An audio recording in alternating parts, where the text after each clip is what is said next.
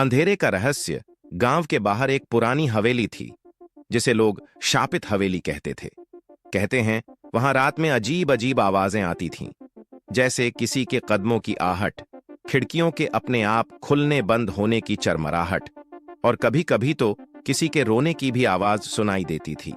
एक रात राहुल और उसके दोस्त इस हवेली के रहस्य को जानने का फैसला करते हैं। टॉर्च लेकर वे सब हवेली के अंदर दाखिल होते हैं। चारों ओर धूल जमी हुई थी, दीवारों पर अजीब सी परछाइयां नाच रही थीं।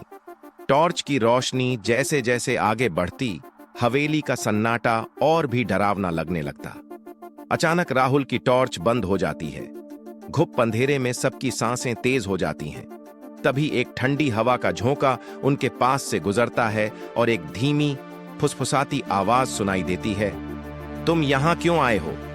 सब डर के मारे एक दूसरे का हाथ पकड़ लेते हैं, लेकिन राहुल साहस करता है और पूछता है, कौन है वहां?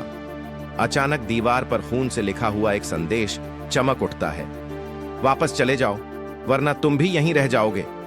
इतना पढ़ते ही हवेली के दरवाजे अपने आप बंद हो जाते हैं। राहुल और उसके दोस्त भागने की कोशिश करते हैं, लेकिन दरवाजे जैसे किसी अदृश्य ताकत से जकड़े हुए थे।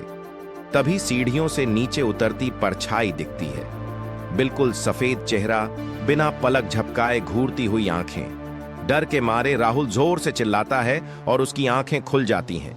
वह अपने बिस्तर पर था, पसीने से लथपथ। सोचता है कि सब एक सपना था, लेकिन जैसे ही वह कमरे से बाहर निकलता है, दीवार पर वही खून से लिखा संदेश दिखता है, वापस चले जाओ। क्या यह सब सपना था या कुछ और? अंधेरे के राज को कौन जान पाया है? Oh no!